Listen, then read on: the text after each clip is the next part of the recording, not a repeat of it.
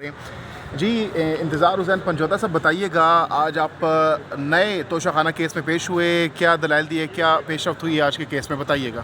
بہت شکریہ آپ کا جی۔ آج توشہ خانہ کا جو چوتھا کیس ہے، اس سیریز کا چوتھا کیس ہے اور نیب کی جانب سے یہ دوسرا کیس ہے جس میں ہم اپیئر ہوئے ہیں، اور 13 جولائی کو جو انلیگل غیر قانونی گرفتاری بشرا بی بی اور عمران خان کی ہوئی تھی اس کو ہم نے چیلنج کیا تھا اس وقت۔ تو یہ کیس پہلے مختلف بینچز سے ہوتا ہوا آج یہاں پہ پہنچا۔ آج پہلی میننگ فل جو ہے اس کے اوپر ہیئرنگ ہوئی ہے۔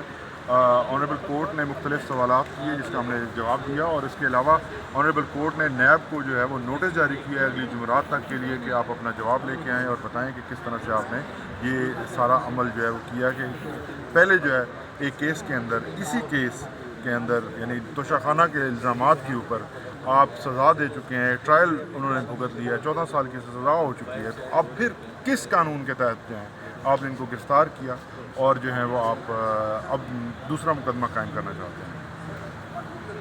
اس پر آپ لوگوں نے کیا دلائل دیے اور دوسری پارٹی نے؟ دیکھیے، یہ غیر قانونی کام ہے۔ غیر قانونی اس طرح سے ہے کہ جب کسی شخص کے اوپر ایک ٹرائل، ایک مقدمہ، ایک ریفرنس فائل ہو جاتا ہے، تو اگر اس کو سزا ہو جائے یا اس کو بری کر دیا جائے ڈپینڈنگ آن دا ایویڈنس جو لایا جاتا ہے، تو اس کے بعد انہی الزامات کو دوبارہ سے ٹرائی نہیں کیا جا سکتا۔ یہ نہ کسی دنیا کی تاریخ میں آج تک ہوا ہے، نہ پاکستان کی تاریخ میں۔ جب بھی اس قسم کی کوئی ٹیکنیکل چیزوں کے اوپر غلطی ہو جاتی ہے کہیں، تو وہ ہمیشہ عدالتوں نے اس کو جو نل اینڈ وائڈ ڈکلیئر کیا، ایلیگل ڈکلیئر کیا۔ یہاں پہ غلطی نہیں ہے، یہاں پہ بدنیتی ہے، نیب کی جانب سے صریحاً بدنیتی ہے۔ 13 جولائی کو میں نے خود عمران خان اور بشرا بی بی صاحبہ کی نیب عدالت کے اندر، جب ہمارا القادر ٹرسٹ کیس کا ٹرائل تھا، وہاں پہ اس کیس کے اندر ان کی درخواست ضمانت دائر کی تھی، جہاں پہ وہ دونوں موجود تھے۔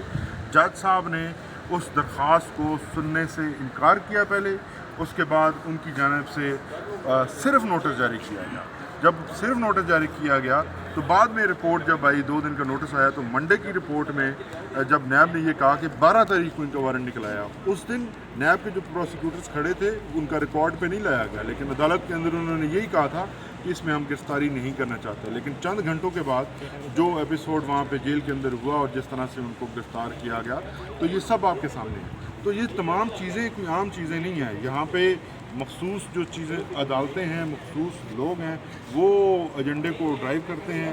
اب عدالت کی جانب سے میری اپنی وکالت میں نے آج تک نہیں دیکھا کہ درخواست ضمانت دائر کی گئی ہو، اور اگر کوئی پٹیشنر یہ کہہ رہا ہو کہ مجھے جو ہے وہ خطرہ ہے، گرفتاری کا خطرہ ہے، اور ساری دنیا کو پتہ تھا، مجھے پتہ ہے ان کو خود بھی پتہ ہوگا کہ خطرہ ہے گرفتاری کا، کیونکہ یہ جس طرح سے بدنیتی کے ساتھ کیسز بنائے گئے ہیں، تو اس کے یہ ہوتا ہی نہیں ہے کہ جج جو ہیں وہ کہیں کہ جناب میں آپ کو بیل نہیں دیتا۔ یہ تو ایک ریلیف ہے، یہ تو ہر شہری کا حق ہے جو شہری عدالت کے اندر پہنچ جاتا ہے، تو عدالت تو کبھی دروازہ بند نہیں کرتی۔ لیکن یہاں عمران خان اور بی بی صاحبہ کے اوپر اس کیس کے اندر جب انہوں نے ہم نے بیل فائل کی تو بیل کو انٹرٹین ہی نہیں کیا گیا، صرف سمپل نوٹس بھیجے گیا، اور اگلے دن جو ہے وہ نیب لے کے آ گیا کہ جناب ہم نے تو 12 جولائی سے ان کا وارنٹ جو ہے وہ جاری کر دیا۔ تو یہ ساری چیزیں سیکریٹلی رکھی گئی ہیں۔ اب اگر آپ نے اس قانون کو اس لیے رکھ لیا ہے کہ آپ نے صرف اور صرف اپنے سیاسی مخالفین کے خلاف پرچے کاٹنے ہیں اور ان کو جو ہے آپ نے جیلوں میں بند رکھنا ہے، اور حکومت تو بار بار جو ہے وہ کہہ چکی ہے، منسٹرز کہہ چکے ہیں۔ منسٹرز کا کیا لینا دینا ہے جب نیب ایک انڈیپینڈنٹ ادارہ ہے؟ تو نیب کے اندر ان کی کیسے انٹرفیئرنس ہے جب وہ کہہ رہے تھے کہ ہم ہر حد تک جائیں گے اور عمران خان اور کو جو ہے وہ جیل کے اندر رکھیں گے؟